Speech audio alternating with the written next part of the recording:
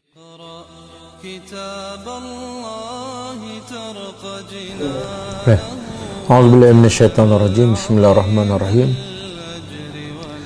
الحمد لله رب العالمين، نحمده ونستعينه ونستغفره ونعوذ بالله من شرور أنفسنا ومن سيئات أعمالنا.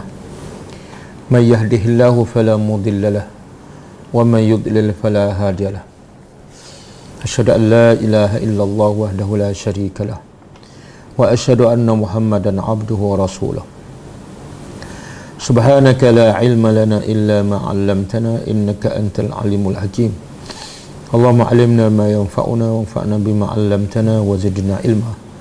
اللهم آت أنفسنا تقواها وزكها أنت خير من زكاها أنت وليها ومولاها.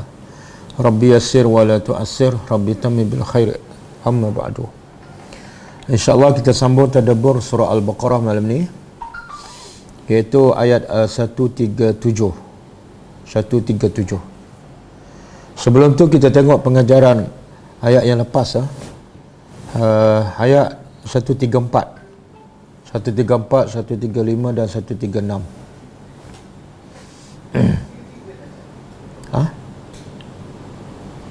133 dah kan? Dah kan?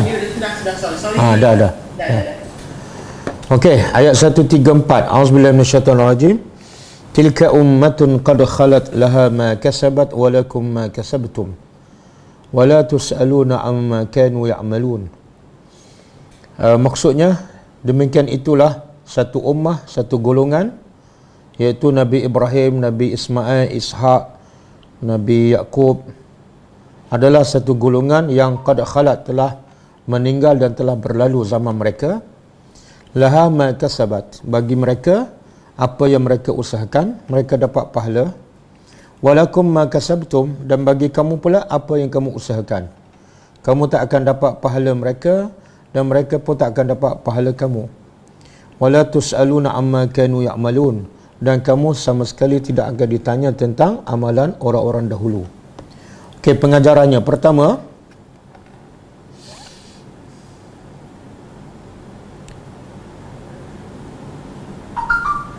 bergantung kepada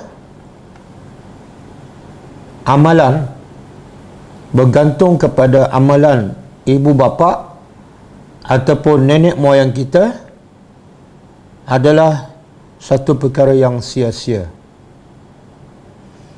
Bergantung kepada amalan ibu bapa ataupun nenek moyang kita adalah sia-sia.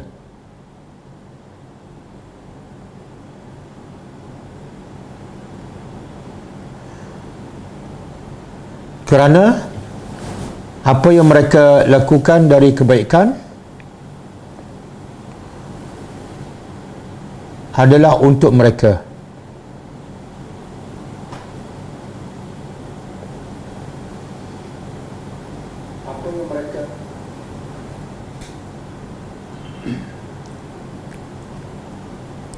Tidak boleh dikongsikan.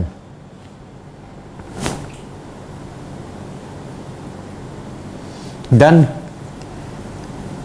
kita akan mendapat kebaikan dari apa yang kita lakukan sendiri.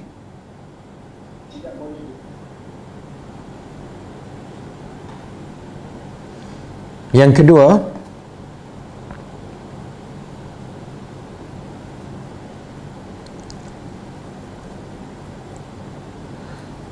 tidak boleh kita mempertikaikan.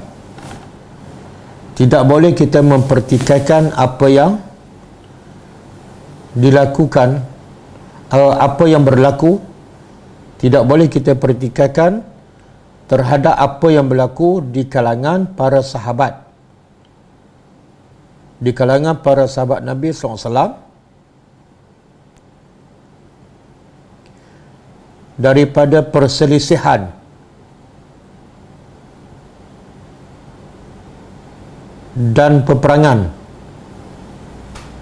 yang berlaku sesama mereka, seperti antara Muawiyah dan Sayyidina Ali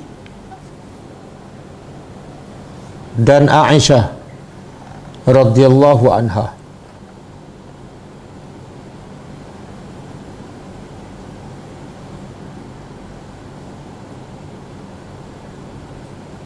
Kerana apa yang mereka lakukan telah berlalu.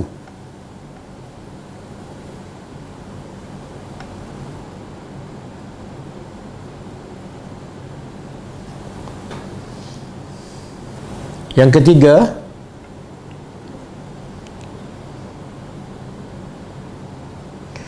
maksudnya poin yang kedua ni, tak boleh kita nak mengatakan Ali yang betul, Muawiyah yang salah, Muawiyah yang betul, Ali yang salah, Aisyah salah ataupun Aisyah yang betul, tak boleh. Sebab itu adalah ijtihad mereka, dan bagi mereka apa yang mereka lakukan, dan bagi kita apa yang kita lakukan. Itu maksud dia.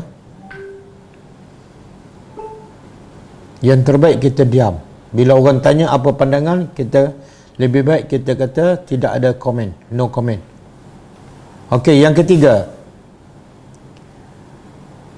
sesungguhnya manusia akan dihisab terhadap amalannya sahaja,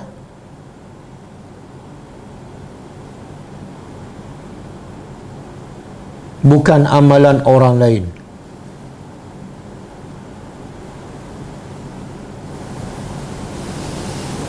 Dan orang lain akan dihisab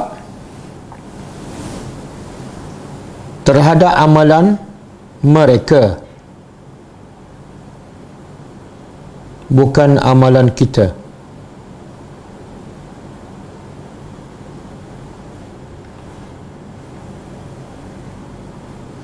Maka masing-masing hendaklah berlomba-lomba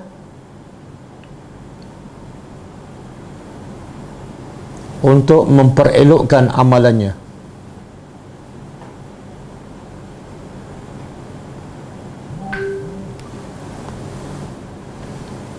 Yang keempat, orang yang kemudian tidak akan ditanya tentang amalan orang yang dahulu, tetapi orang yang dahulu kadang-kadang akan ditanya tentang amalan orang yang kemudian. Kadang-kadang akan ditanya tentang amalan orang yang kemudian.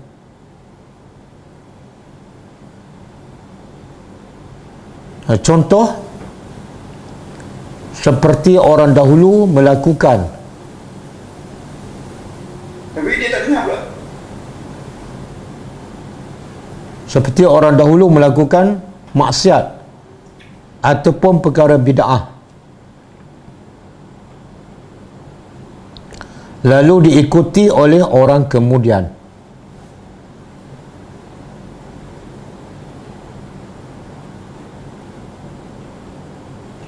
Okey, yang kelima,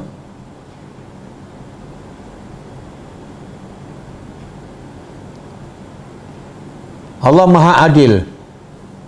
Allah Maha Adil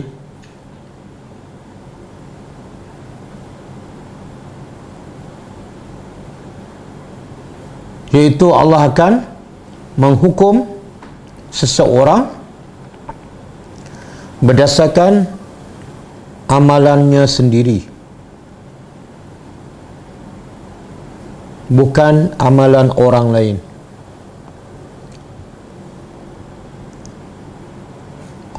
Okey, ayat seterusnya. Ayat 135. Wa qalu kunu hudan aw nasara tahtadu. Qul bal millata Ibrahim hanifa wa ma kana minal musyrikin. Maksudnya, dan mereka berkata, iaitu orang Yahudi dan juga orang Nasrani, masing-masing berkata, jadilah kamu orang Yahudi. Orang Nasrani berkata, jadilah kamu orang Nasrani, barulah kamu betul-betul mendapat hidayat Allah. Qul, katalah, Allah berkata pada Nabi, jawab kepada mereka, yang betul-betul mendapat hidayat ialah bal millata Ibrahim, adalah agama Ibrahim, bukan Yahudi, bukan Nasrani. hanifan, yang condong ataupun yang tidak condong kepada segala agama yang syirik. Wa ma kana minal musyrikin, dan Ibrahim sama sekali tidak mensyirikkan Allah. Okey, pengajaran dia. Pertama,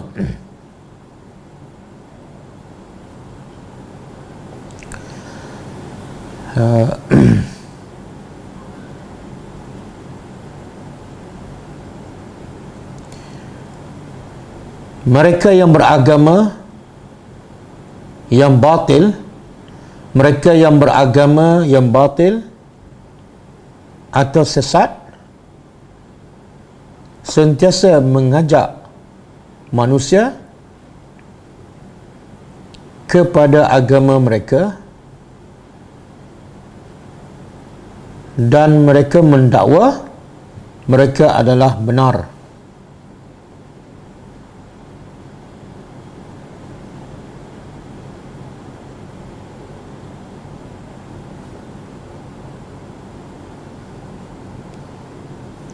Termasuk ahli bid'ah juga mengajak orang untuk melakukan bid'ah.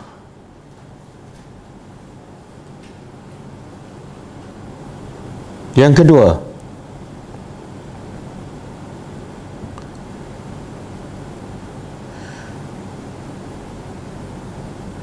sesiapa yang mengajak kepada perkara batil, sesiapa yang mengajak kepada perkara batil atau sesat,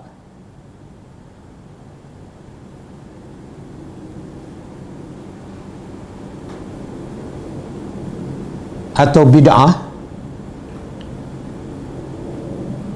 maka mereka menyerupai Yahudi dan Nasrani.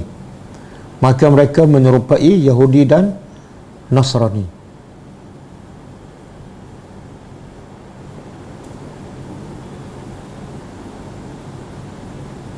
Yang ketiga,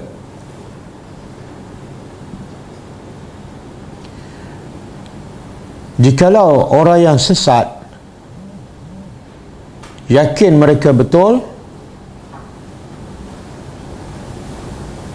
dan selalu mengajak orang lain kepada agama mereka, maka orang Islam yang memang pasti betul akidahnya lebih utama dan lebih wajib mengajak orang lain kepada agama Islam.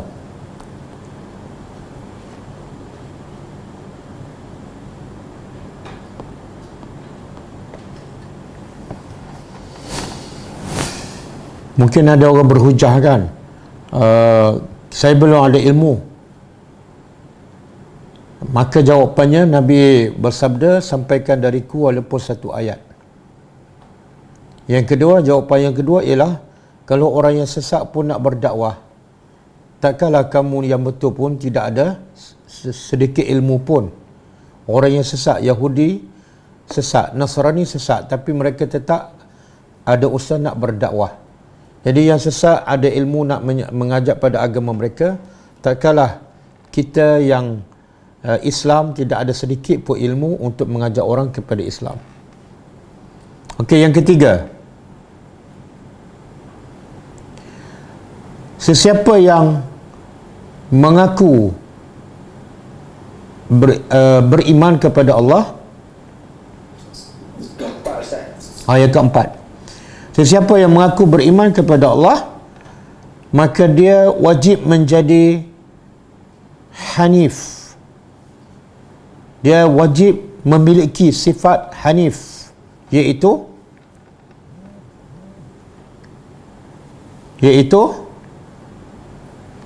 tidak sedikit pun condong kepada kesesatan, kesyirikan kemungkaran dan cinta dunia.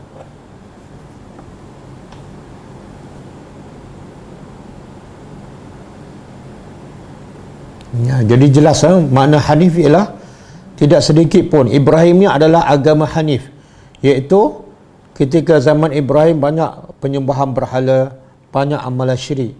Tapi Ibrahim Hanifan, iaitu tidak condong sedikit pun kepada agama-agama yang selain pada Islam. Termasuklah condong pada nafsu, condong pada maksiat, condong pada cinta dunia. Itu makna Hanifan. Yang kelima,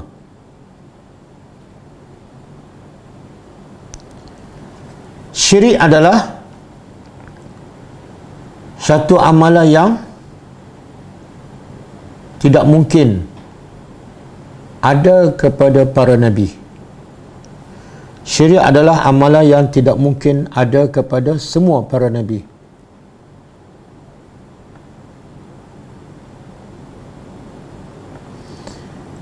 Yang ketujuh, yang terakhir,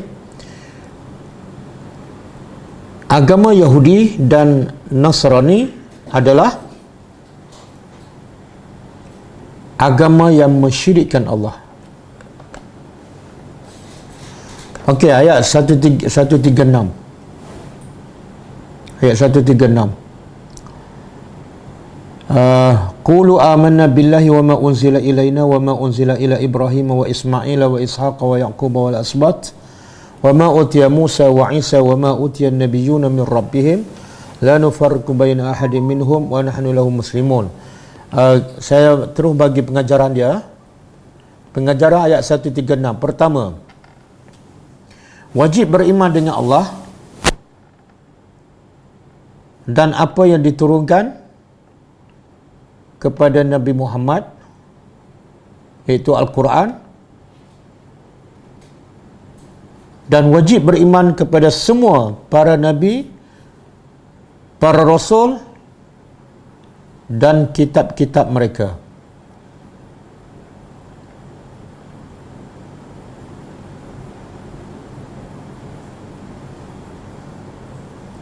Sangkut-sangkut lagi ke Facebook? Sangkut? Ha?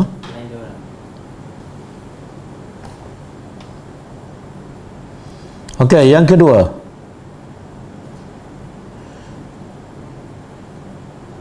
beriman dengan Allah juga bermakna beriman dengan kewujudan Allah, beriman dengan rububiyahnya, uluhiyahnya, asma'nya dan sifatnya.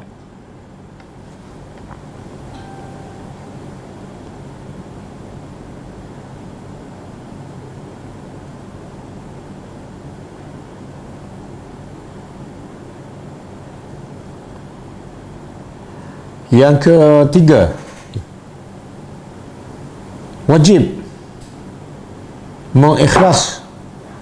mengikhlaskan diri dalam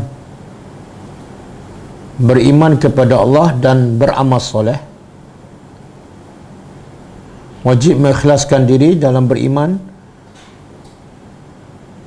kepada Allah dan beramal soleh sepenuhnya.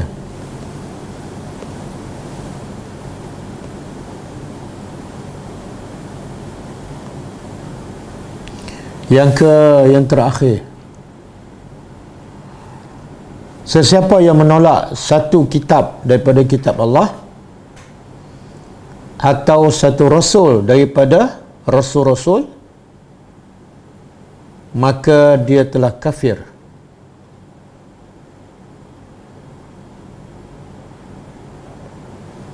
Okey, habis ayat seterusnya Allah nak bagi tahu siapa yang selamat ni. Siapa yang selamat? Yang mendakwa dia beriman tapi tak beriman, ataupun yang ada bukti bahawa mereka yang sebenar-benar beriman. walaupun mereka tidak mendakwa mereka beriman. Okey, kita tengok auzubillahi minasyaitonir rajim. Fa in, maka in, sekiranya amanu, mereka beriman, maka sekiranya mereka beriman. Siapa mereka ni? Azum boleh jawab ke? Sekarang depan saya tak ada student ni. Kita tak ada orang, tak ada student kat depan. Yahudi dan Nasrani. Allah, sebab sebelum ni mereka kata apa? Jadilah kamu orang Yahudi. Yang Nasrani pula berkata, jadilah kamu orang Nasrani, barulah kamu dapat hidayah Allah kan? Maka Allah tempelak balik. Allah menjawab, maka sekiranya mereka tu Yahudi ataupun Nasrani beriman dengan apa ni? Bukan dengan Taurat, bukan dengan Injil, tapi bimisli, dengan misli apa dah? Bukan, misli seperti, seumpama. Ma amantum, apa yang kamu telah beriman bihi, dengannya. Dengan apa yang kamu beriman. Kamu ni siapa? Yahudi dan Nasrani. Bukan. Ya. Nabi dan para sahabat. Ya, Yahudi ni amanu, mereka. Sekiranya mereka, iaitu Yahudi dan Nasrani beriman. Beriman macam mana? Seperti apa yang kamu, iaitu Nabi dan orang beriman. Mana iman Yahudi, iman Nasrani sama dengan iman orang beriman. Faqad ihtadaw, maka sesungguhnya ihtadaw, mereka telah mereka telah mendapat petunjuk ataupun mendapat hidayat. Okey, boleh. Jadi orang Yahudi mendakwa agama mereka yang sebenar-benar dapat hidayat. Tapi Allah beritahu sebenarnya bukan. Yang betul-betul dapat hidayat bukan ikut Yahudi, bukan ikut Nasrani. Tak kiralah Yahudi ke, Nasrani ke, Buddha ke, Hindu ke, semua tak akan dapat hidayat. Melainkan apa dia? Beriman seperti ni ada seperti ni. Beriman seperti apa yang orang beriman. Makna apa tu? Allah boleh cakap saja, sekiranya mereka beriman dengan Muhammad dan orang beriman kan? Sekiranya mereka beriman dengan Muhammad, mereka dapat hidayat. Allah boleh cakap macam tu. Dan tak salah pun. Tapi Allah guna perkataan misli. Sebab apa Allah nak tegaskan? Ramai orang mendakwa beriman dengan Allah, beriman dengan Rasul, tapi amalan mereka tak sama dengan amalan Nabi. Maka sebenarnya mereka belum dapat hidayat. Yang dapat hidayat ni bukan setakat beriman, tetapi misli, sama. Akidahnya, amalannya, tutur katanya, mesti sama, barulah mereka dapat hidayat. Dan sebaliknya, kalau mereka beriman tapi tak sama, iaitu Allah kata wa in tawallau, dan sekiranya tawallau, mereka tawallau apa dah? Berpaling. Mereka berpaling. Berpaling. Mereka berpaling. Mereka ni siapa ni? Yahudi, Nasara dan semua sekali lah manusia, termasuklah Bani Melayu. Sekiranya mereka berpaling. Mereka berpaling daripada apa ni? Berpaling daripada apa? Daripada beriman dengan seperti yang Nabi dan orang beriman. Maknanya berbezalah. Iman mereka berbeza. ataupun bercanggah. Maka Allah beritahu natijahnya apa? Maka innama beda bukan sesungguhnya saja. Kalau inna sesungguhnya, tapi kalau tambah ma makna lain. Sesungguhnya hanyalah. Hanya senyalah. Sesungguhnya hanyalah mereka fi syiqaq. Apa makna fi syiqaq? Dalam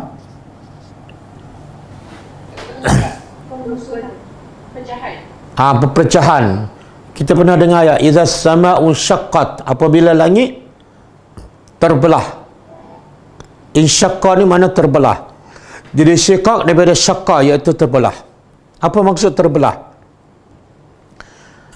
Bila terbelah kan, biasanya terbelah dua lah. Iaitu kebenaran duduk satu pihak yang lain, orang yang mengaku kebenaran duduk di pihak yang lain.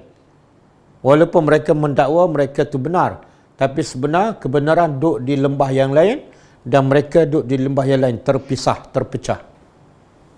Okey, mereka dalam perpecahan ataupun khilaf. Syiqaq boleh terjemah masyaqqah, dalam kesusahan, dalam perpecahan, ataupun fi khilaf, dalam perselisihan. Okey, saya nak tanya, apa maksud ni? Apa yang Allah nak bagi tahu ni?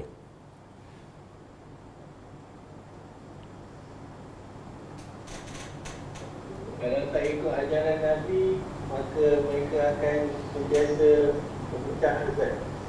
Okey, berpecah antara siapa ni?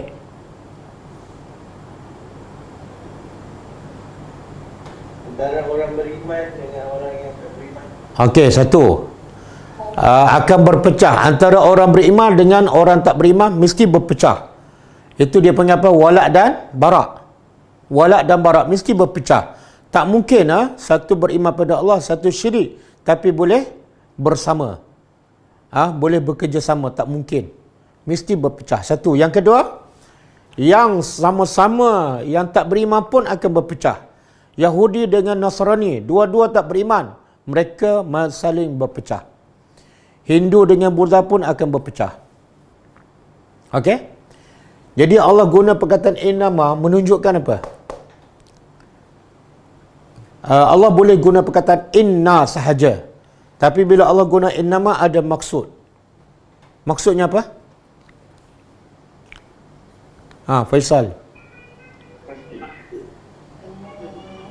Dengan adalah maksudnya pasti. Maknanya siapa yang tak beriman, tengok dengar baik-baik siapa yang tak beriman ataupun iman mereka tak misli, tak sama seperti iman Rasulullah dan para sahabat, maka pasti wajib mereka berpecah. Siapa yang mendakwa tengok orang kafir bersatu, tak betul, bercanggah dengan ayat ni. Mereka nampak bersatu bila mereka berdepan dengan orang Islam. Tapi Allah sebut dalam surah apa? Surah Surah Al-Hasyru. Surah Al-Hasyru tu? La yuqatilunakum jami'an. Mereka tak akan berperang dengan kamu secara berkumpulan illa fi quram muhassana, kecuali di sebalik kubu-kubu. Kemudian Allah kata tarahum ba'suhum syadid. Perpecahan mereka sangat besar, tapi kamu nampak mereka bersatu. Surah Al-Hasyru. Kamu nampak mereka bersatu, tapi ba'suhum syadid. Perpecahan antara sesama mereka sangat parah. Dalilnya ayat ni Allah kata, siapa je tak beriman seperti iman Nabi Muhammad ataupun iman para sahabat, mereka akan berpecah walaupun namanya Islam. Dan sekarang terbukti tak? Terbukti tak? Ramai tak orang Islam berpecah? Yang Allah nak bagi tahu di sini, Dua bentuk perpecahan. Pertama, yang kafir dengan orang Islam berpecah. Itu memang betul. Sebab kafir, kufur dengan syirik, kufur dengan iman tak boleh bersatu. Yang kedua, yang kafir dengan kafir juga berpecah. Okey? Tapi ada jenis yang ketiga kita nampak sekarang, iaitu yang sesama Islam juga berpecah. Jadi kalau kita ditanyalah, apa sebab orang Islam sekarang sesama sendiri berpecah? Apa jawapannya? Ahlul bid'ah Ustaz. Tak ikut Al-Quran. Tak, jawapan ada dalam ayat ni. Jawapan ni Kerana tidak beriman seperti ni. seperti dengan Rasulullah. Bimisli. Jangan jawab daripada luar ayat ni. Ikut silibus Ikut silibus. Allah kata apa? Syarat mereka tak berpecah ialah syarat mereka tak berpecah dan dapat hidayah, iman mereka mesti sama dengan iman Nabi dan para sahabat. Sebiji. Jangan berbeza. Kalau berbeza ataupun mereka tokok tambah, itu punca syiqaq. Sebab tu kita tengok umat Islam di mana-mana bergaduh sama sendiri.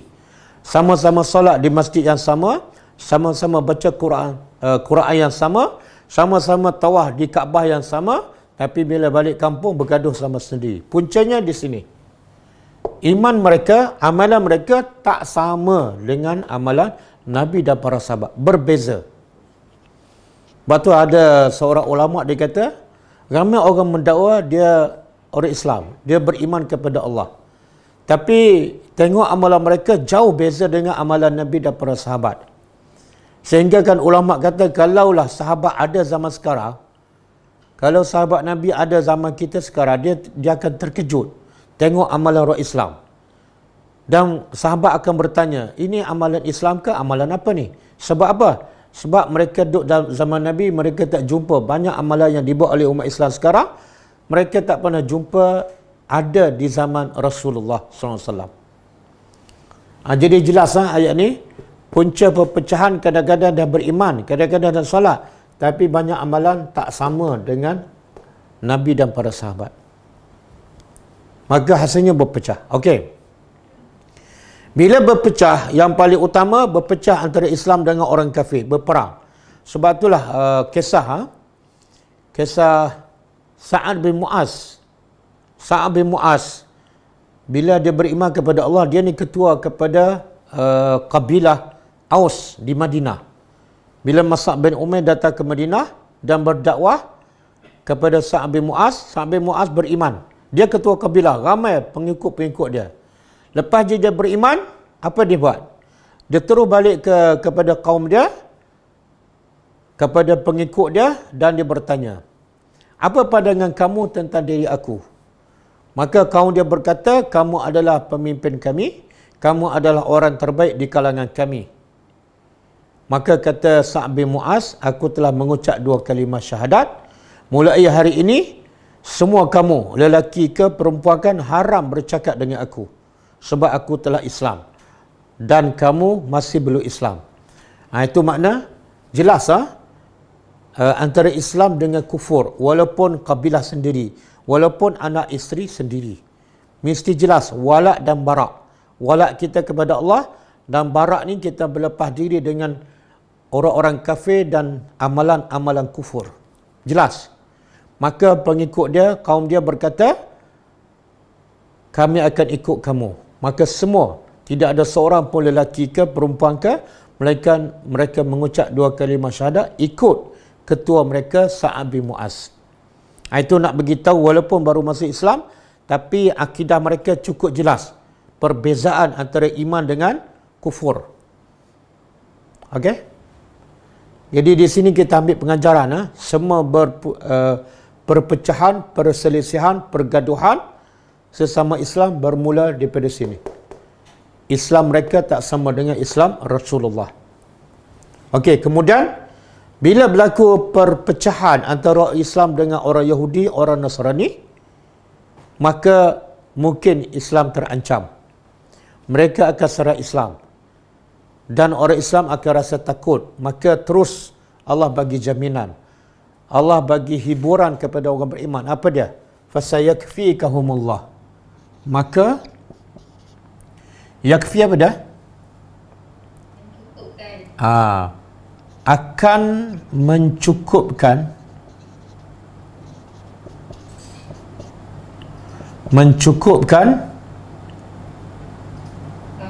kamu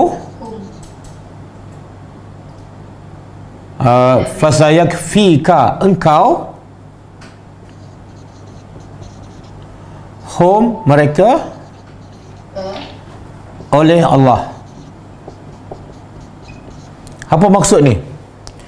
Bila beriman dengan cara yang betul, maka akan berlaku pertembungan dengan orang kafir, akan berlaku perpecahan, dan ketika itu ada ancaman kepada orang beriman, maka Allah bagi jaminan Allah akan pertahankan kamu dan orang-orang beriman. Allah akan pertahankan engkau daripada mereka. Mereka ni siapa ni? Yahudi dan Nasara. Subhanallah. Inilah ayat ini juga secara jelas menyebut apa dia? Allah sentiasa bersama orang beriman. Allah tak pernah tinggal, tak pernah abaikan orang yang beriman kepada Allah. Bila ada ancaman je, terus Allah bagi jaminan. Kalau mereka mengancam kamu, mereka nak perangi kamu, Allah akan mencukupkan kamu daripada mereka. Boleh? Buktinya apa dia? Yahudi di Madinah akhirnya ada yang dibunuh oleh Nabi dan orang beriman, seperti Bani Quraizah, dan ada yang dihalau seperti Bani Nadir, Bani Qainuqa, dan ada yang kena bayar jizyah. Ini maksud dia jaminan Allah. Allah akan pelihara, Allah akan jaga kamu orang beriman daripada kejahatan mereka. Boleh? Jadi pengajaran untuk kita juga, kalau kita nak dilindungi oleh Allah daripada musuh, daripada segala musibah, apa dia kaedahnya? Apa kaedahnya? Beriman seperti mana Rasul. Betul. Beriman sebagaimana berimannya Rasul dan para sahabat. Jangan ada perbezaan, jangan ada tukar tambah. Bila kita ada perbezaan dengan cara Nabi, kita ada tukar tambah, kita akan jadi lemah. Dan bila kita lemah, kita mudah dikalahkan oleh musuh. Sebab itulah musuh di banyak negara Islam senang ditewas oleh orang Islam, senang ditewas oleh musuh tanpa berlaku peperangan. Sebab apa? Sebab Islam mereka bukan seperti Islam Nabi Muhammad.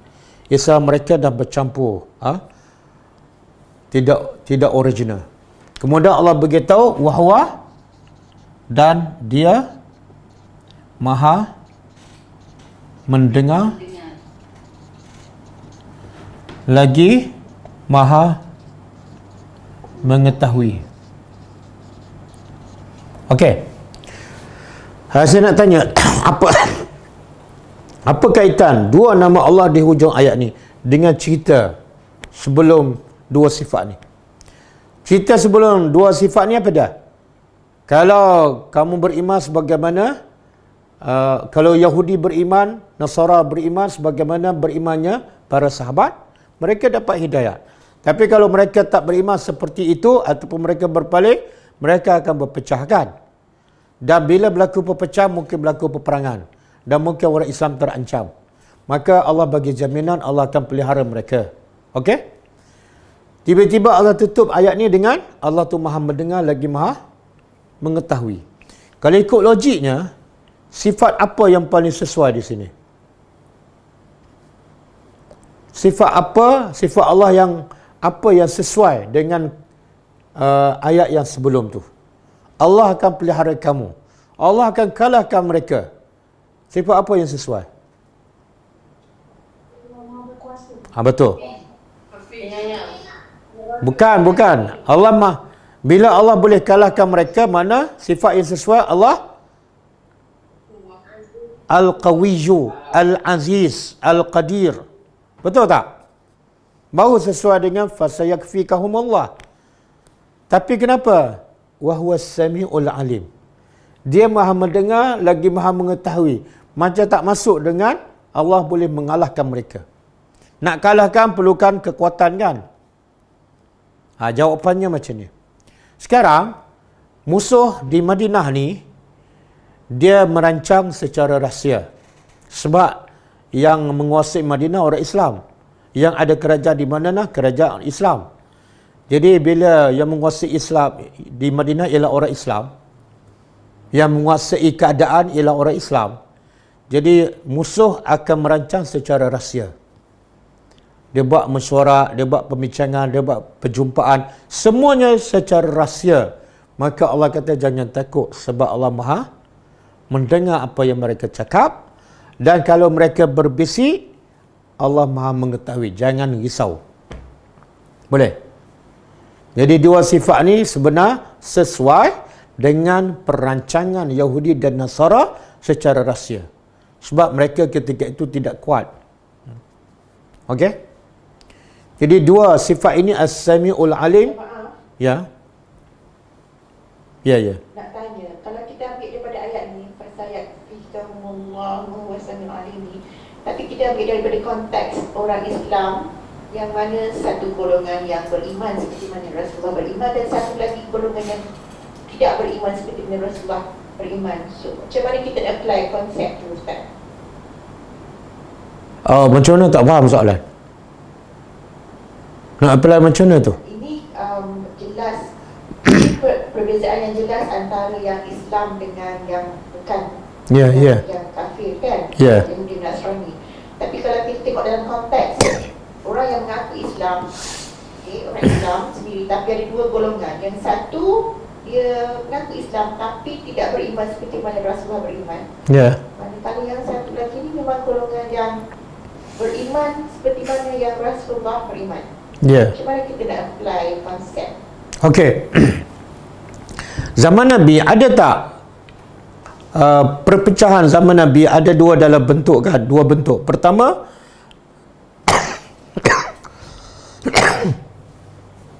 pertama antara Nabi orang beriman dengan orang yang terang-terang kafir, seperti orang Yahudi dan juga orang musyriki yang menyembah berhala. Yang kedua, pertembungan perpecahan antara Nabi dengan orang Islam yang bersifat munafik. Rupanya Islam, dia solat belakang Nabi, dia berjihad, dia bersedekah, dia puasa. Jadi pertembungan Nabi dengan musuh yang berpecah ni dua. Satu yang terang-terang kafir, yang kedua adalah yang bersifat munafik. Maka untuk menjawab soalan, macam mana kita nak berdepan, nak applykan ayat ni dalam keadaan konteks kita sekarang, yang kita seolah berdepan dengan orang Islam. Bila Islam dia tak sepenuhnya, mungkin dia ada ciri-ciri munafik. Kalau dia betul-betul Islam, dia kena ikut sepenuhnya cara Nabi. Bila dia takut tambah, makna dia sebenar tak beriman sebenar-benarnya. Dia masih ada keraguan kepada Allah dan Rasul. Seolah yang Allah turunkan wahyu, yang Nabi amalkan sunnah tidak lengkap ataupun tidak sempurna. Jadi mereka ada ciri-ciri itu. Sebab tu Nabi kata, man kazaba alayya muta'ammidan falyatabawwa maq'adahu minan nar. Siapa yang mereka-reka pembohongan ke atas aku ataupun menggunakan nama aku, dia orang Islam tapi dia mereka-reka hadis. Hadis yang palsu pun dia reka-reka. Maka orang macam ni Nabi bagi ancaman. Maka bersedialah untuk ditempatkan dalam neraka Jahannam. Jadi pertembungan kita dengan orang yang rupanya Islam sebagaimana pertembungan Nabi dengan orang munafik. Apa dia? Nabi tak perangi mereka.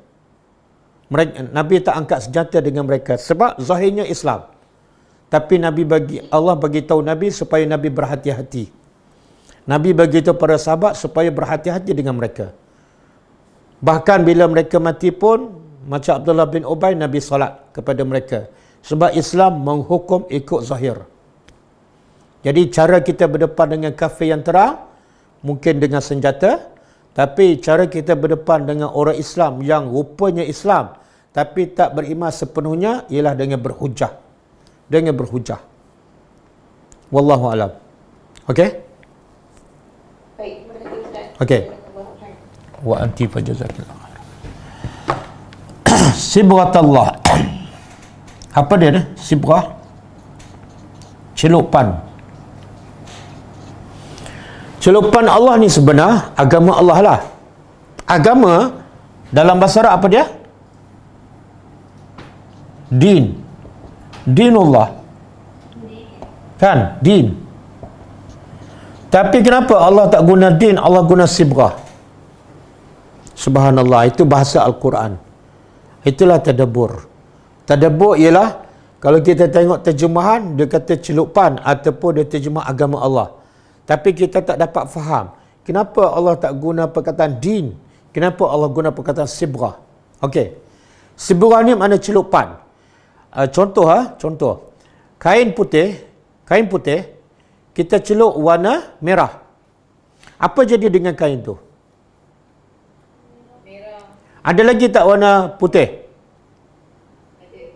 Ada dia menyerap, jadi warna merah tu. Tak ada kan? Warna putih dah hilang kan? Itulah dia panggil celupan. Maknanya lepas tu akan tanggal tak warna merah? Tak akan tanggal. Betul kan? Tetapi kalau cat, kita cat rumah ke, cat kereta, lama-lama tanggal ke? Tanggal. Yang tanggal tu bukan celupan. Celupan ialah sesuatu menyerap masuk ke dalam sesuatu sehingga mengubah keadaan sesuatu itu. Warna putih, bila dicelup dengan warna merah, maka warna merah menyerap masuk ke dalam setiap celah kain tu sehingga hilang terus warna putih dan menjadi warna merah. Dan warna merah tak hilang. Itulah makna celupan. Boleh faham? Boleh faham? Okey. Jadi apa yang Allah nak bagi tahu ni bila Allah guna perkataan sibrah? Sedangkan maksud dia agama. Subhanallah. Allah nak bagi tahu siapa yang benar-benar beriman kepada Allah, siapa yang benar-benar beriman kepada Allah, dia seumpama celupan. Daripada akhlak yang buruk, daripada hati yang kotor, daripada panas bara, bila iman menyerap masuk ke dalam hati dia, maka berubah wataknya. Cara image pakaiannya berubah, wataknya berubah, bahasanya lembut, panah baranya hilang. Cara dia bekerja lembut, cara dia bercakap lembut, cara dia mendidik anak lembut, cara dia bergaul dengan orang lembut. Sebab apa? Sebab dia telah dicelup dengan acuan Islam. Seolah celupan itu dah mengubah kehidupannya. Boleh faham? Boleh faham? Saya bagi contoh. Saya bagi contoh. Saya bagi contoh. Pernah dengar tak nama Mus'ab bin Umair? Mus'ab bin Umair, dia asalnya orang Mekah, pemuda Mekah yang kaya raya. Asalnya kaya raya. Dia wakil duta Nabi pertama ke Madinah. Pendakwah pertama yang Nabi hantar ke Madinah. Tapi nak bagi tahu dia asalnya anak orang kaya. Hidupnya mewah. Bajunya mahal, kasutnya mahal, minyak wanginya pun mahal. Dia tak pakai lah Rexona, dia tak pakai. Tapi bila iman masuk ke dalam hati dia, ini sibrah. Dan mak dia, mula-mula dia sembunyikan Islam dia. Tapi lepas tu terbongkar, mak dia tahu apa mak dia buat. Mak dia tarik semua harta, semua kemewahan. Dan akhirnya menjadi miskin papa kedana. Adakah dia menyesal? Dia tak menyesal. Jadi satu hari dia datang jumpa Rasulullah dalam keadaan pakaian copat campin. Pakaian yang sangat berbeza dengan ketika dia jahiliah. Nabi menangis tengok rupa dia. Dan Nabi berkata kepadanya, inilah orang yang telah dicelup oleh Islam. Islam telah mengubah kehidupannya. Dia sanggup hidup susah demi kerana agama Allah. Dan lepas tu Nabi hantar dia ke Madinah. Untuk apa ni? Bukan untuk berniaga, bukan untuk jadi jutawan, tapi untuk jadi manusia terbaik, iaitu pendakwah. Dan kita tahu dia pergi ke Madinah tak ada saudara mara. Tak ada orang Islam kecuali beberapa 11 orang, 10 orang saja yang datang ke Mekah dan beriman. Kemudian dia balik ke Madinah. Kemudian lepas tu baru Mus'ab bin Umair datang ke Madinah sebagai pendakwah. Jadi dalam keadaan rumah tak ada, harta tak ada, kerja tak ada, saudara mara tak ada, tiba-tiba nak pergi bawa dakwah melawan arus, menentang amalan akidah orang Madinah. Daripada orang kaya hidup mewah, tapi dia sanggup sebab apa? Sebab hatinya telah dicelup oleh iman. Jadi dia matlamat hidupnya adalah satu, nak pastikan seramai mungkin manusia beriman. Nak pastikan bukan diri dia saja, tapi semua orang selamat daripada api neraka. Mengubah kehidupannya. Dan akhirnya dalam peperangan Uhud, peperangan yang kedua yang berlaku pada tahun 3 Hijrah, dia mati syahid. Dan ketika dia mati syahid, tidak ada kain yang boleh menutupi mayatnya. Sebab dia pakai pakaian yang pendek. Sebab dia dah jadi orang miskin. Daripada kaya, mewah, menjadi orang miskin. Hidupnya untuk Islam. Jadi tutup atas, nampak di bawah. Tutup bawah, nampak di atas. Itulah rupa dia. Sebab apa? Sibghatullah. Bukan makna dia nak miskin. Tapi kalau terpaksa meninggalkan habuan dunia untuk pertahankan agama, dia sanggup. Okey. Saya nak bagi contoh juga yang berlaku zaman kita lah. Saya dengar satu ceramah daripada Syekh Doktor daripada Syria. Dia kata, ini celupan. Bila orang hatinya, jiwanya dicelup dengan iman, dia akan mengubah kehidupannya. Ada seorang jutawan yang kaya, dia kahwin. Lepas lama dia kahwin dengan yang kedua. Dan dia kahwin dengan yang kedua ni rahsia, dia tak beritahu sesiapa. Isteri pertama pun tak tahu. Dan tidak berdaftar apa-apalah. Ini berlaku di Syria. Kemudian, tak berapa lama isteri pertama tahu. Bila isteri pertama tahu, dia hantar spy, pergi cek betul-betul rumah isteri kedua apa semua, memang sah. Suami dia dah kahwin yang kedua. Okey? Lepas tu, tak berapa lama, suami dia meninggal. Bila dia meninggal, maka harta suami dia diagihkan, dibagi ikut faraid. Dan isteri pertama dapat 1/8 sebab ada anak. Tapi isteri pertama tahu, suami dia ada isteri yang kedua, walaupun tak berdaftar. Ini nak beritahu sibghatullah.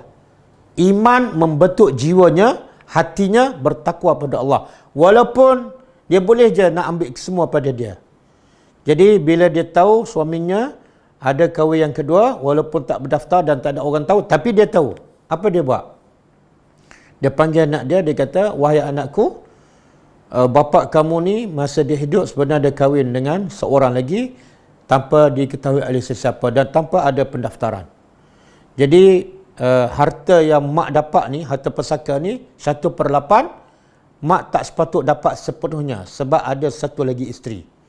Jadi engkau ambil harta mak separuh, tolong bagi kepada isteri yang kedua tu. Tengok iman, sibghatullah. Kalau dia tak ada sibghatullah, dia kata, lantak kamulah rampas suami orang, jangan ambil ni.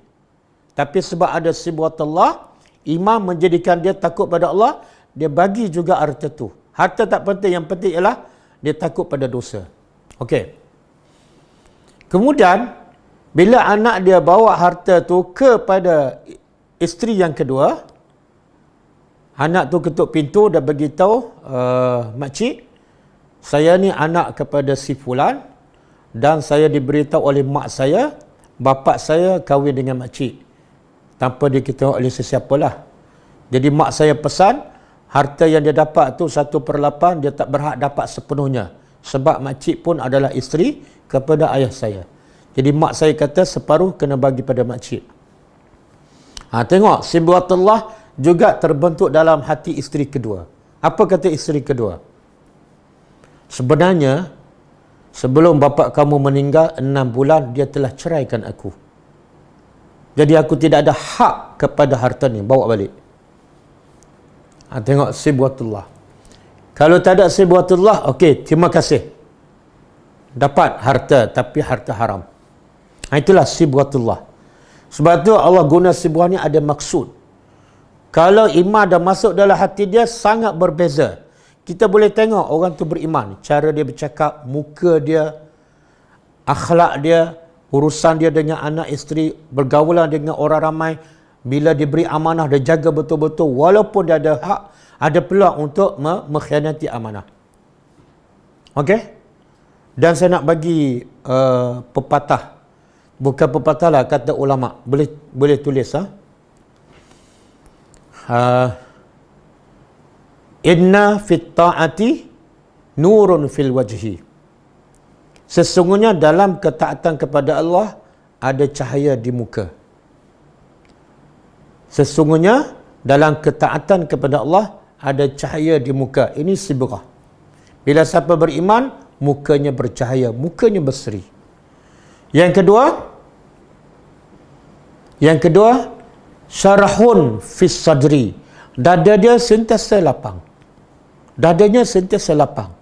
Apa keadaan sekalipun, panas ke, sejuk ke, PKP ke, tengah malam nak bangun tahajud ke, dada dia sentiasa lapang. Orang maki ke orang puji, sentiasa lapang.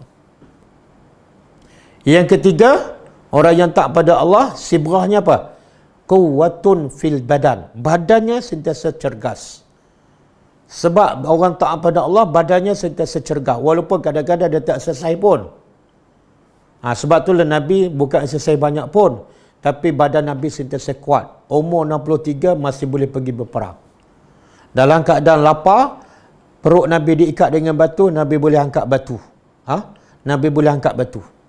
Jadi badan orang beriman, sibghatullahnya apa dia? Sentiasa cergas. Dan yang keempat, sibghatullah. Ulfatun fil qalbi. Hatinya sentiasa disukai. Hatinya sentiasa sayang pada orang lain dan orang lain pun sayang kepadanya. 4 perkara. 1, orang yang beriman, mukanya sentiasa berseri. Yang kedua, badannya sentiasa kuat, cergas. Yang ketiga, hatinya sentiasa lapang. Yang keempat, hatinya sentiasa sayang pada orang dan orang sayang pada dia. Sebagaimana kata hadis. Allah berkata, hadis kursi, Allah kata kepada Jibril, wahai Jibril, aku sayang pada seseorang. Hendaklah kamu sayang kepadanya. Maka Jibril pun beritahu pada semua penduduk langit, semua kepada para malaikat. Wahai semua para malaikat, Allah sayang pada si fulan. Kamu semua kena sayang pada si fulan. Sehinggalah Allah jadikan orang ramai sayang pada orang ni. Itu sibghatullah. Orang suka pada dia. Bila orang dia tak ada, orang rasa sunyi. Ada setengah orang, kalau orang tu tak ada, lagi orang sujud syukur. Sebab orang tak suka dengan dia. Okey. Boleh ya? Keempat-empat ni hadis ke apa? Tak, kata ulama. Dia kata ulama ni dia tafsir daripada sibghatullah dan juga daripada ayat Quran. Empat-empat ni sebenarnya ada dalil-dalilnya daripada Quran dan hadis. Okey. Yang tidak ada sibghatullah, yang tak beriman pula, 4 juga. Pertama, mukanya tidak berseri. Mukanya zulmah, berkeruk, macam ada masalah selalu. Itu orang yang mungkin mulutnya beriman, tapi sebenarnya iman tu tak menyerap masuk dalam hatinya. Tidak menjadi seperti sibrah. Yang kedua, al-wahnu fil jismi. Badannya sentiasa lemah. Nak kata buat kerja berat, tak juga. Tapi asyik lemah je. Itu makna iman tak masuk ke dalam hatinya. Yang ketiga, dayiq fis sadri. Dadanya sentiasa sempit. Ada harta banyak pun rasa tak cukup, rasa tamak. Dadanya sentiasa sempit. Hilang harta sikit dah sedih berbulan-bulan. Dan yang keempat, dia tak suka pada orang dan orang pun tak suka pada dia. Okey? Jadi Allah kata celupan Allah adalah terbaik. Ayat ni sebenar sibghatan ni kalau kita belajar bahasa Arab ni bari atas. Bila bari atas dia panggil maf'ulun bih. Bila maf'ulun bih ada fi'il sebelum dia. Apa dia?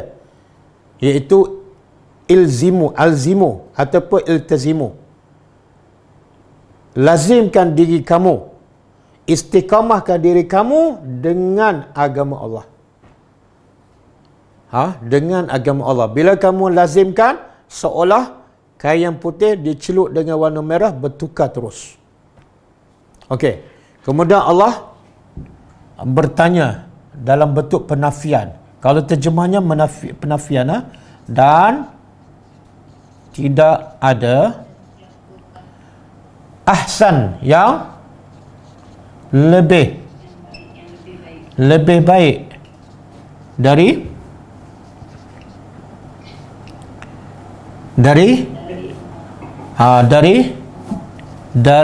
Allah, ataupun lebih tepatnya kita terjemah maksud dia dari celupan Allah.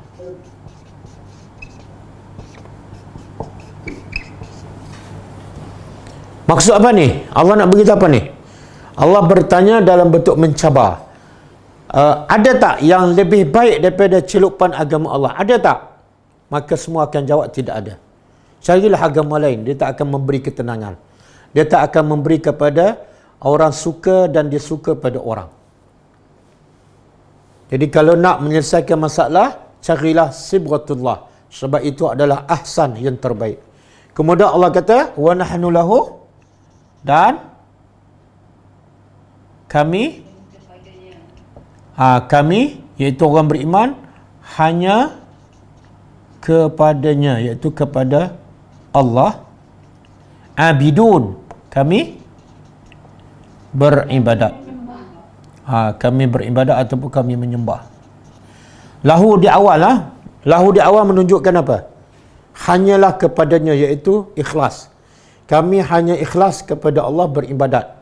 Makna ibadat kami tidak ada sedikit pun untuk manusia kerana dunia ataupun kerana nafsu ataupun kerana riak. 100% lahu kepada Allah.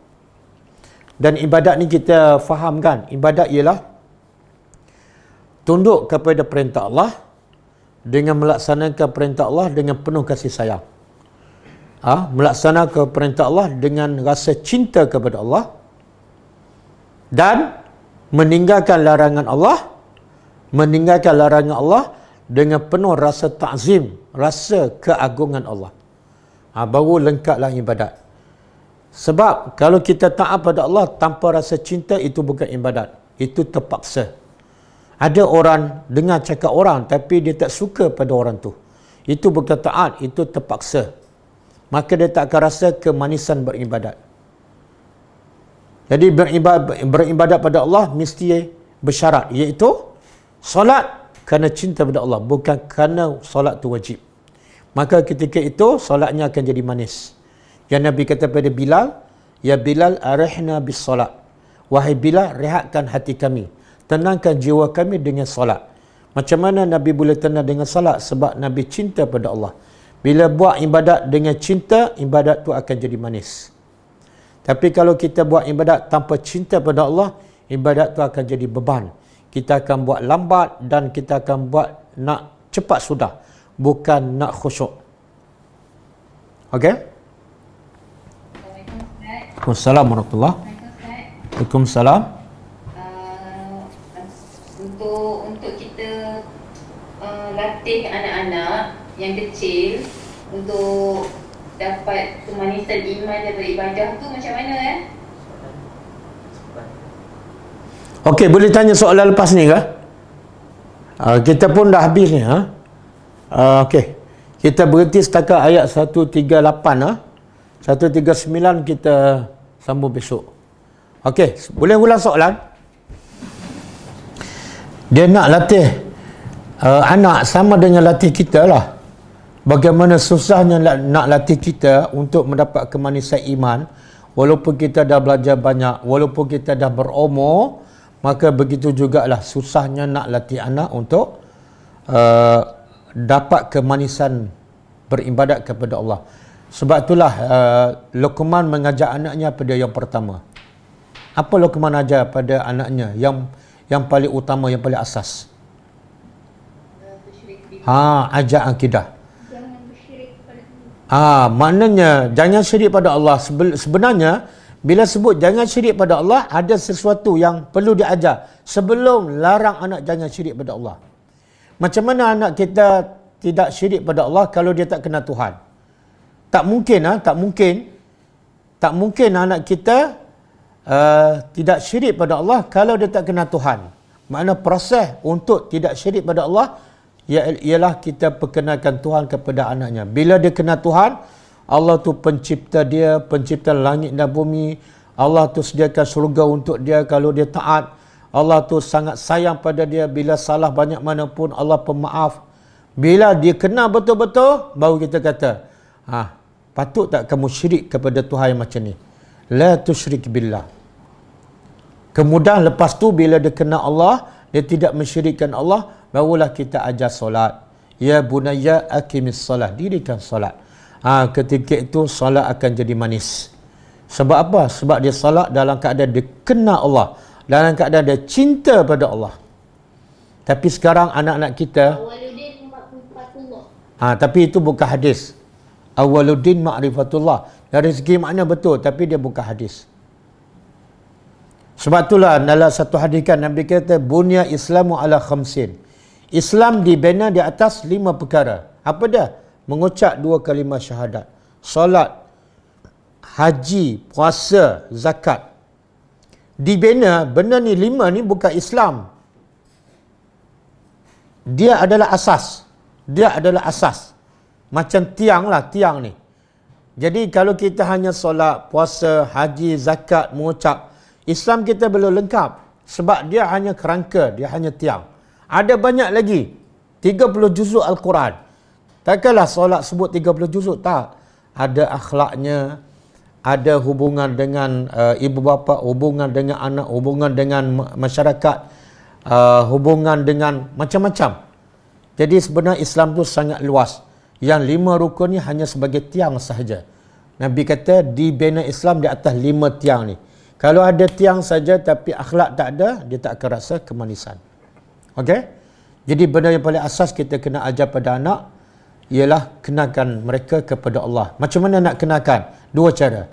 Pertama, selalulah ajak mereka berfikir tentang ciptaan Allah. Tengok langit, bagi tahu dia kehebatan Allah.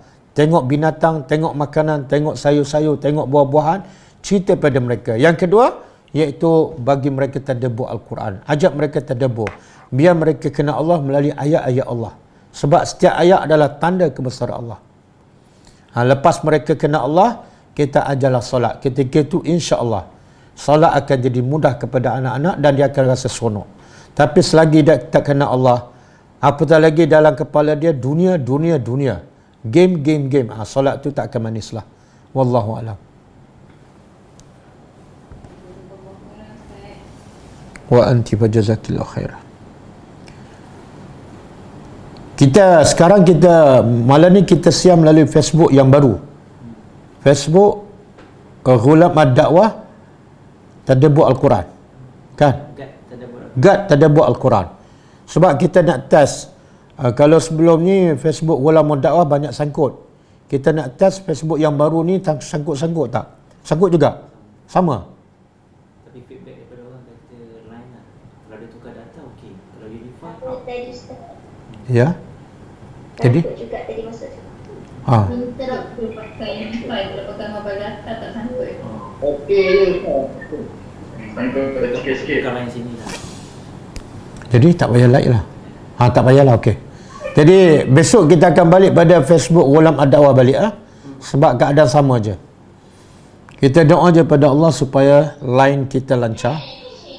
Dan yang paling penting line kita ke surga lagi lancar. Okey, ada soalan lain? Soalan daripada Facebook. Ya. Boleh Ustaz huraian berkenaan tentang meninggalkan perintah Allah dengan penuh rasa ta'zim tu Ustaz sebut tadi. Okey, macam ni. Apa yang mendorong untuk kita beribadat pada Allah ataupun melaksanakan perintah Allah? Apa yang mendorong? Iaitu kita kenal Allah dan cintalah. Macam kita, apa yang mendorong kita makan? Sebab kita cinta pada makan. Kita rasa pentingnya makan. Apa yang mendorong kita suka berjalan? Sebab kita suka tengok tempat-tempat orang kan. Apa yang mendorong kita panjat gunung? Suka tengok suasana daripada tempat yang tinggi. Maka nak panjat gunung walaupun makan masa yang lama, walaupun penat, tak menjadi masalah kepada kita. Sebab apa? Kita ada rasa cinta. Jadi untuk melaksanakan perintah Allah, kena ada cinta. Okey? Sekarang, yang kedua, nak tinggalkan larangan Allah. Macam mana kita nak tinggal larangan Allah? Mesti ada rasa takut. Takut pada apa? Takut pada kebesaran Allah. Bila kita nak buat apa yang Allah larang, kita ingat, ya Allah, engkau ni sangat hebat.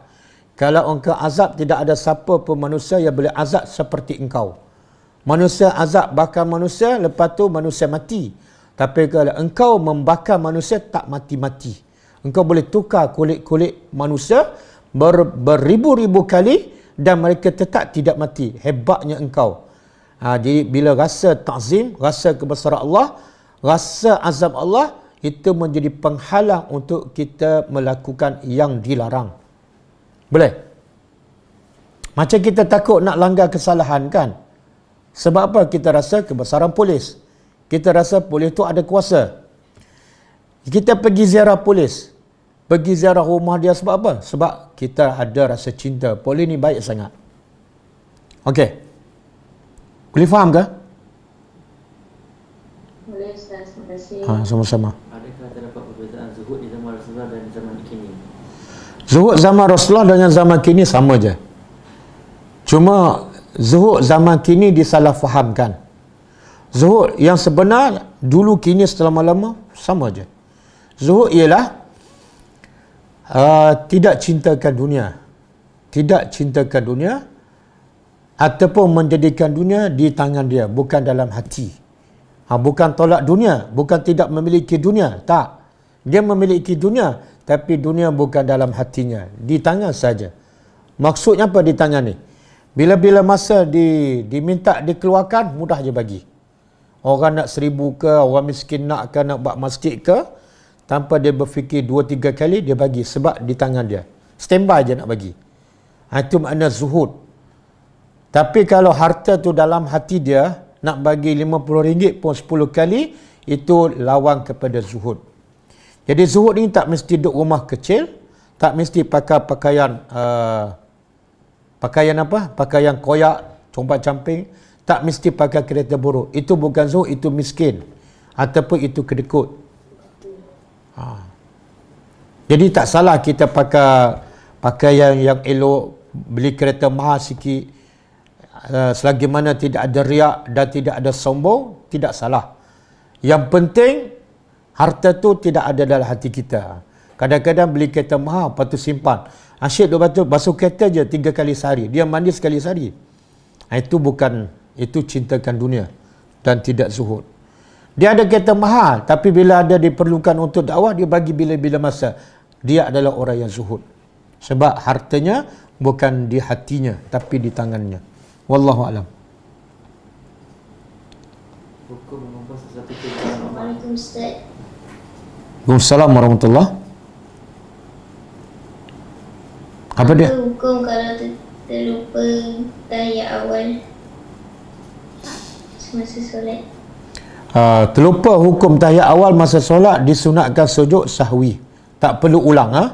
Kalau kita dah bangun, katalah lepas rakaat kedua, kita terus bangun berdiri. Jangan duduk balik.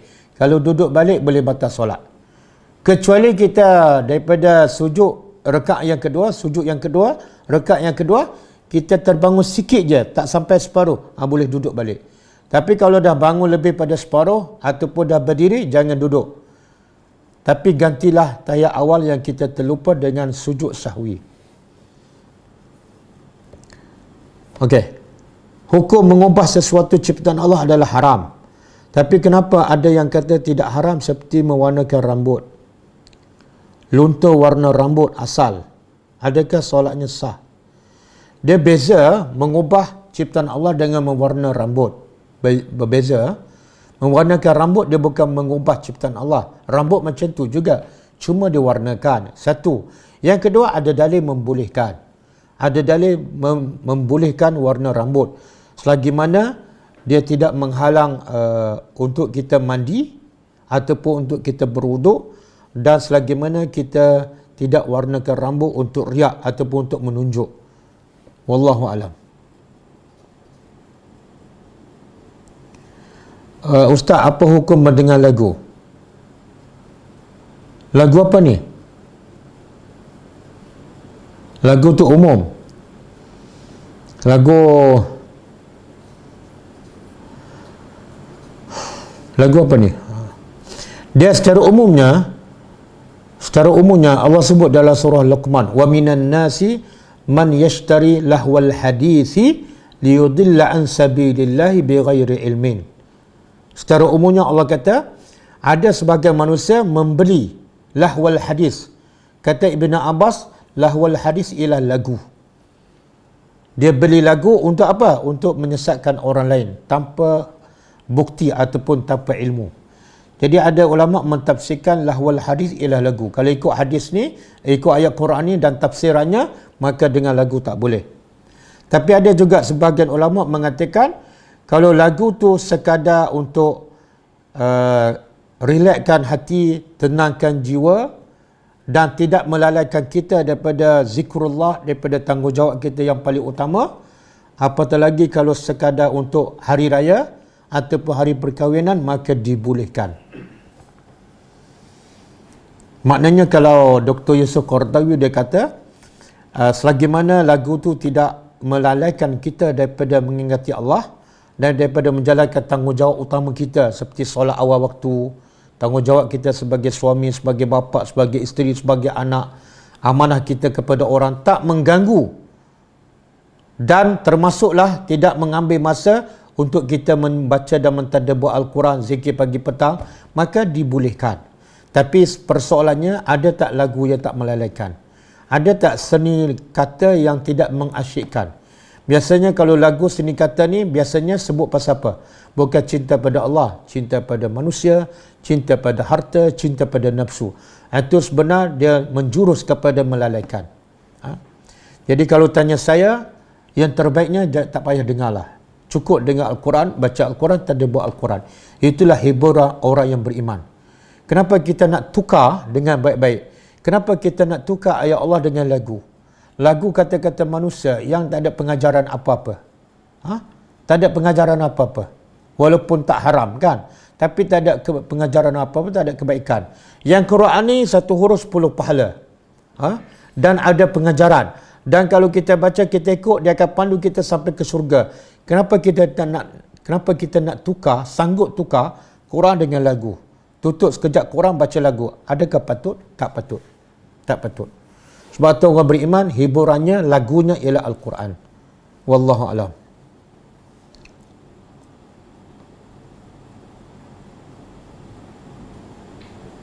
Assalamualaikum Ustaz. Assalamualaikum warahmatullahi. Saya nak tanya pasal konsep kifarah. Konsep apa? Dia mengatakan konsep kifarah ni seperti karma.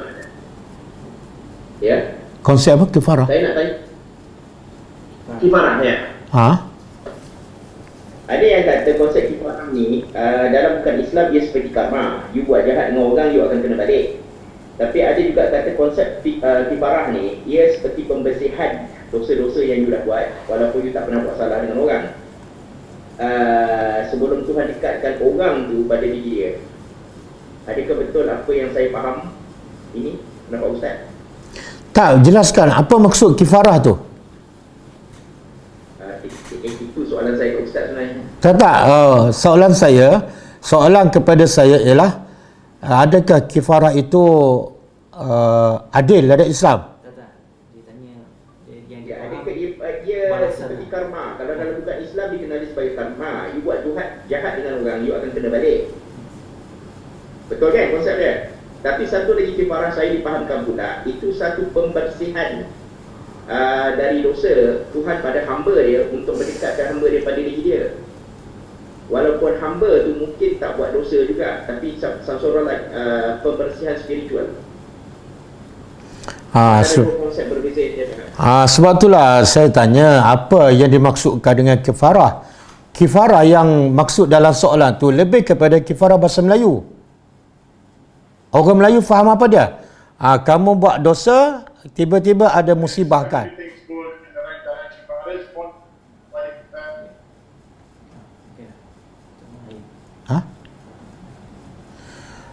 Orang Melayu faham. Yang saya faham daripada soalan lah, kalau dia buat dosa, maka Allah hukum dia kan? Maka orang Melayu kata apa? Ini kifarah dosa kamu lah. Jadi penggunaan perkataan kifarah dosa kamu sebenarnya tidak ada dalam Islam. Tidak ada dalam Islam. Sebab tidak ada dalil pun. Bila orang tu buat dosa, Allah terus hukum. Tak ada.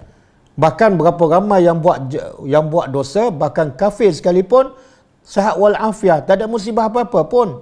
Adakah mereka Allah tak bagi kifarah? Bukan. Jadi tak betul bila kita kata orang tu buat dosa mesti dapat kifarah daripada Allah. Tak betul. Kadang-kadang orang tu buat dosa, Allah tak bagi kifarah. Sebab apa? Istidraj. Tapi kalau orang beriman ditimpa musibah, sakit ke apakah, dia ada kemungkinan sebab dosa dia lakukan. Kemungkinan sebab dosa dia lakukan. Tapi yang sebab lebih utama daripada itu ialah Allah nak bagi kesedaran pada orang yang buat dosa supaya dia kembali kepada Allah. Itu tujuan utama. Jadi kalau kita kata sebagai kafarah dosa kamu, sebenar itu bukan cara Allah. Kalau setakat nak hukum orang buat dosa, itu bukan cara Allah. Cara Allah ialah bukan setakat nak hukum dia buat dosa, tapi nak dia kembali kepada Allah dan jangan lagi buat dosa. Sebab itulah ada juga orang yang dihukum, ditimpa musibah oleh Allah, tapi bukan sebab dosa pun, tapi dia dapat musibah juga. Contoh seperti para nabi. Para nabi musibahnya lagi besar. Ada yang digergaji. Adakah sebab dosa? Tak, mereka tak ada dosa.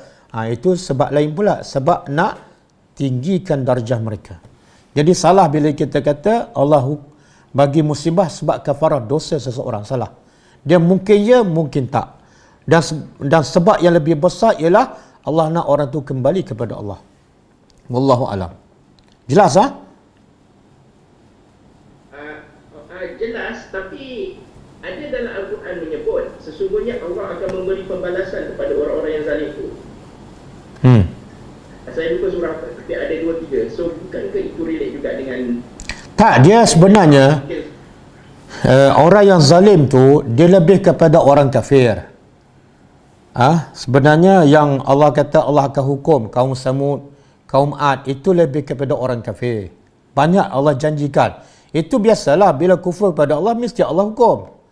Tapi tak boleh kita kata orang Islam bila ditimpa musibah kita kata ini kafarah dosa kamu. Contoh yang berlaku di tsunami kan, di Aceh. Tak boleh kita kata sebab ini dosa orang Aceh. Tak boleh. Adakah orang Malaysia tak ada dosa? Kalau nak kira Allah nak hukum, di Israel lagi patut Allah bagi tsunami. Di Jepun lagi patut Allah bagi tsunami. Tapi mungkin hikmahnya Allah bagi musibah sebab Allah sayang pada orang tu.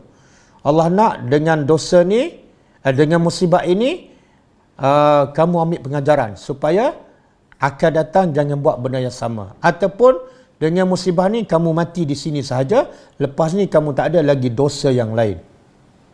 Wallahu alam. Terima kasih. Sama-sama.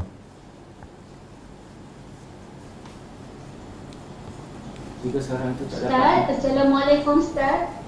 Okey, nanti kita baca soalan Facebook dulu. Apa dia? Jika seseorang itu tak dapat menyempurnakan rukun Islam seperti tak dapat menunaikan haji, sedangkan dia memang sangat berazam untuk menunaikannya. Contoh dalam keadaan sekarang Malaysia tak hantar jemaah atau giliran tak sampai-sampai. Adakah dikira sebagai Islam yang pincang atau berdosa? Tak. Jika seseorang itu tidak sempat melaksanakan kelima-lima rukun Islam disebabkan dia tak mampu ataupun ada halangan, adakah imannya tidak sempurna? Tak, imannya tetap sempurna. Sebab berdasarkan dalil Allah kata fattaqullah mastata'tum, bertakwalah pada Allah sekadar yang kamu mampu. Jadi yang haji tu kamu tak mampu, kadang-kadang duit ada tapi PKP tak boleh pergikan, kamu pun mati, maka kamu tetap beriman, iman kamu sempurna. Sebab kamu tak buat bukan kamu tak nak buat, tapi sebab ada halangan. Sama juga zakat kan, zakat rukun Islam, tapi bila dia miskin wajib tak zakat? Tak wajib. Jadi bila dia tak keluarkan zakat sebab dia miskin, adakah imannya cacat? Bukan. Yang cacatnya ialah orang kaya layak keluar zakat tapi tak keluar zakat, itu yang cacat. Wallahu alam. Apa dia soalan adik? Apa dia soalan daripada Zoom?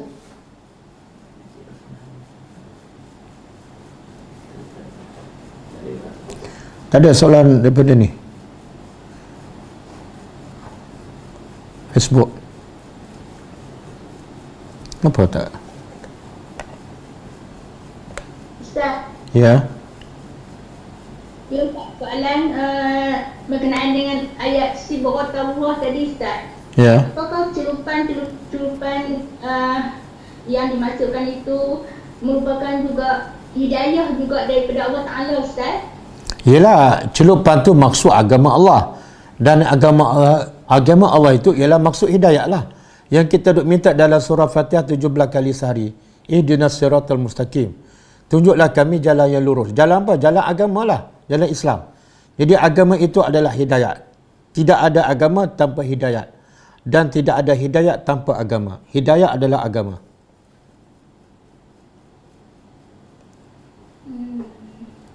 Okey. Okey. Terima kasih Ustaz. Sama-sama.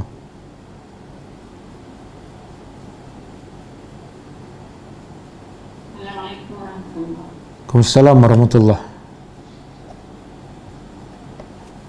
Okey, boleh baca soalan?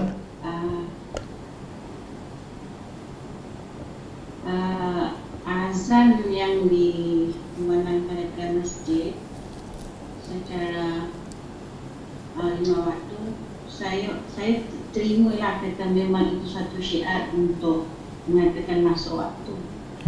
Tapi adakah patut apabila solat berjemaah itu juga dipasang mikrofon untuk orang sekitar masjid dengar, sedangkan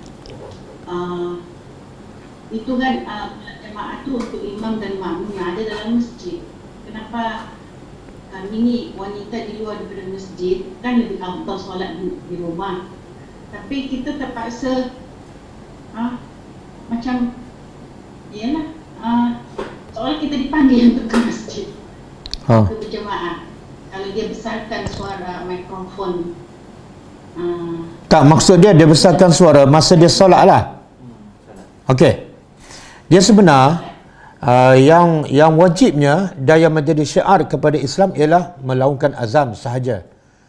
Kalau di tempat tu tidak dilaungkan azan, makna tidak ada orang Islam. Sebab itulah Nabi kalau nak serang mana-mana kabilah, mana-mana perkampungan, Nabi tunggu hingga waktu subuh.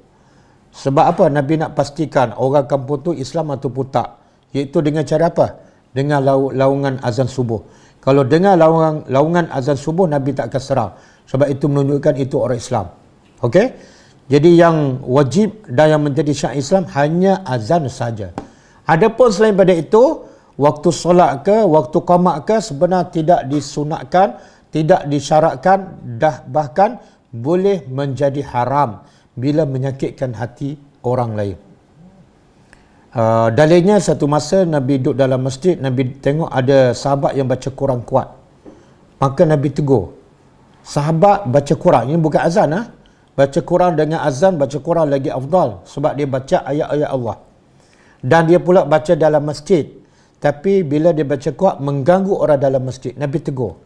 Kamu membaca Al-Quran bukan kepada Allah yang tuli. Maka perlahankan suara kamu, jangan sampai mengganggu orang. Jadi kalau baca Quran dalam masjid pun Nabi larang sebab mengganggu orang. Maka solat, masa solat lagi tak boleh pasang speaker sebab mengganggu orang lain. Apatah lagi kalau ada anak kecil, ada orang tua yang sakit, sangat-sangat mengganggu dan jadi satu dosa. Ini bila kita buat sesuatu tanpa ilmu, maka kita bukan buat ibadat sebenarnya, kita buat dosa. Tapi kita rasa itu adalah ibadat. Salah. Salah. Surah kat rumah saya pun sama. Bukan setakat azan je dia pakai speaker. Masa solat pun pakai speaker. Daripada angkat takbir sampai bagi salam. Mengganggu jiran. Saya pun tak faham. Kenapa tak faham? Kuliah maghrib ada setiap hari dan dah bertahun-tahun. Wallahu a'lam. Waalaikumsalam warahmatullahi. Ustaz, sedikit. Huruf si berkafah dengan si berah tu, Allah menggunakan ayat tu dalam konteks bermaksud kepada ada maksud yang tertentu, Ustaz, objek dia ke. Okey, ya ayyuhallazina amanu udkhulu fis silmi kafah Wahai orang beriman, masuklah agama masuklah ke dalam Islam secara keseluruhan. Lepas tu Allah kata apa? Wala tattabi'u khutuwati syaitan. Dan jangan ikut langkah syaitan. Ayat tu turun sesuai ketika itu, iaitu ada orang yang masuk Islam separuh-separuh. Apa yang dia suka dia ambil, apa yang dia tak suka dia tinggal. Maka turun ayat sesuai dengan peristiwa yang berlaku. Maka Allah kata ambil Islam secara keseluruhan. Dan bila kamu ambil separuh-separuh, maka sebenarnya kamu mengikut langkah syaitan. Sebab tu lepas tu Allah larang, jangan kamu ikut langkah-langkah syaitan. Apa langkah syaitan? Iaitu ambil agama mengikut apa yang dia suka sahaja. Okey? Kemudian ayat ni, sibrah ni Allah nak beritahu siapa yang beriman kepada Allah, sebagaimana berimannya Rasul dan orang-orang beriman, ada hasilnya, ada buktinya. Apa dia buktinya? Iaitu dia akan nampak perbezaan wataknya, tutur katanya, pergaulannya, lemah lembutnya nampak. Itu maksudnya bila ada masuk Islam satu keseluruhan dan juga sama seperti yang diamalkan oleh Nabi dan para sahabat, maka Allah nak beritahu inilah hasilnya, iaitu berbeza wataknya dengan sebelum dia masuk Islam ataupun sebelum dia masuk Islam secara keseluruhan, sangat berbeza. Jadi sibrah ni seolah Allah nak beritahu hasil kamu masuk Islam keseluruhannya apa dah? Watak kamu mesti berbeza. Ada orang masuk Islam dah lama, belajar pun lama tapi pandang bara. Makna Islam belum menjadi sibrah.